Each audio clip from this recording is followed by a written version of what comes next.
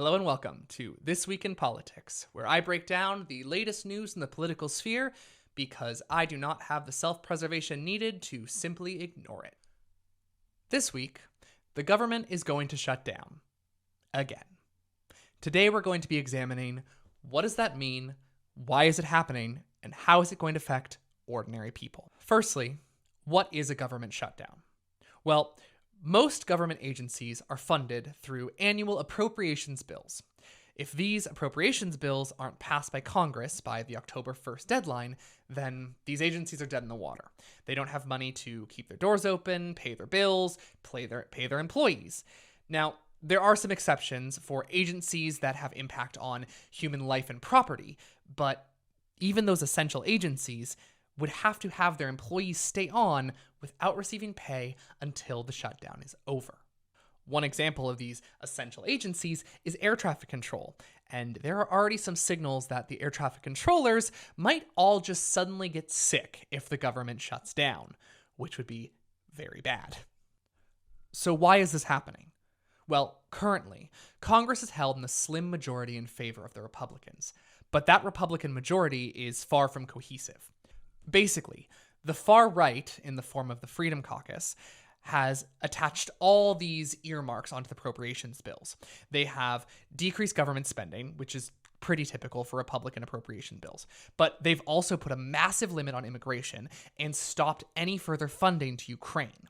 Speaker of the House, Kevin McCarthy, doesn't have the votes to pass a bill without them.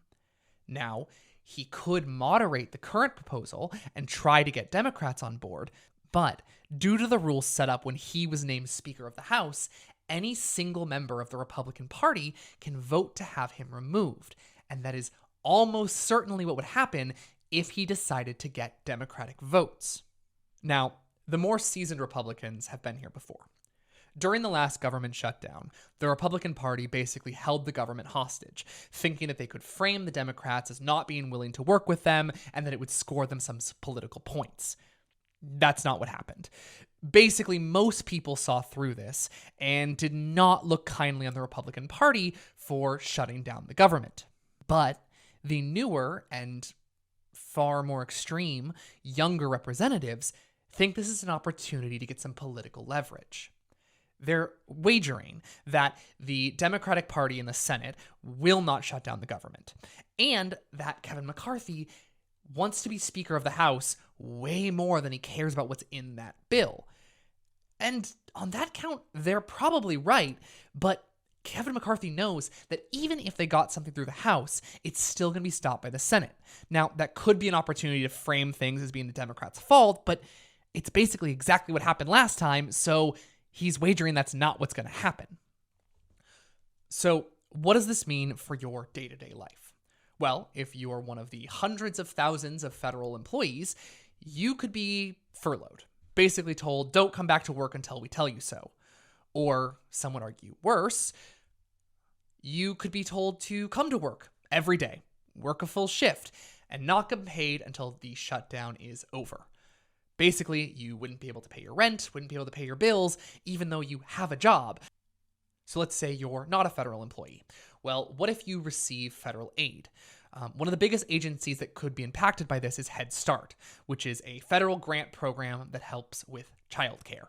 Childcare, which anyone with a child will tell you, is incredibly expensive right now. Even some people who have good jobs and good savings simply look at that price tag and say, nope, not going to happen.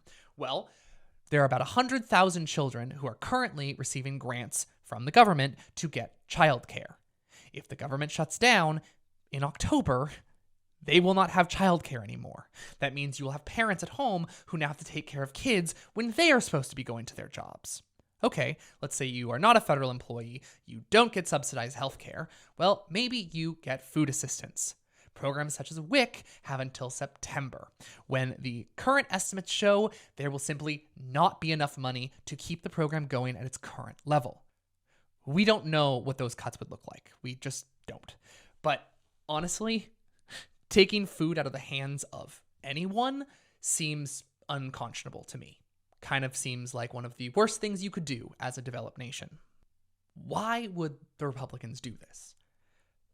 Well, quite simply, There is a faction of the Republican Party that believes that showing they will not work with the Democrats is going to be good for their upcoming elections. And they might be right.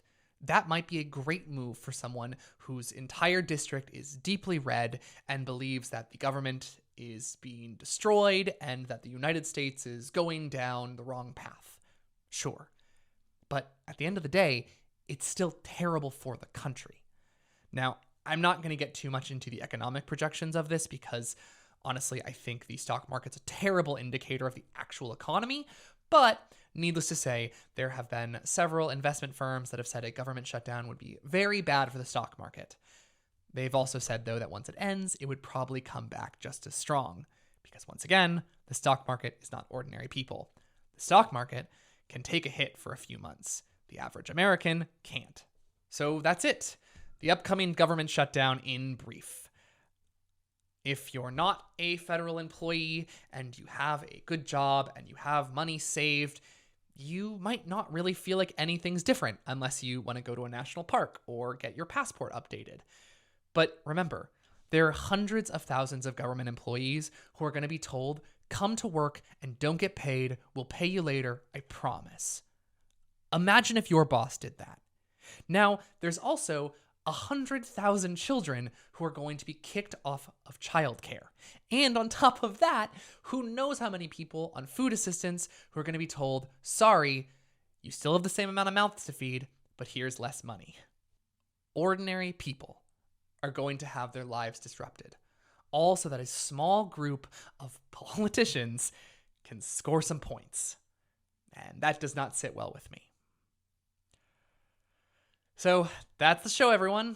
I'm going to include some links down in the description of some of my sources. This is by no means a comprehensive overview, just kind of a what's going on. If you like this video, let me know. I would love to dig deep into what is a government shutdown and how long has it been happening. So next up on my agenda is the second Republican primary debate, which is happening in less than 12 hours. So I need to edit this and get filming that immediately. Also, I'm going to get a video out covering the crazy Menendez scandal, which involves bribes, gold, Google searches. It's a really good one. So keep an eye out for those, like and subscribe, and see you when the news gets good.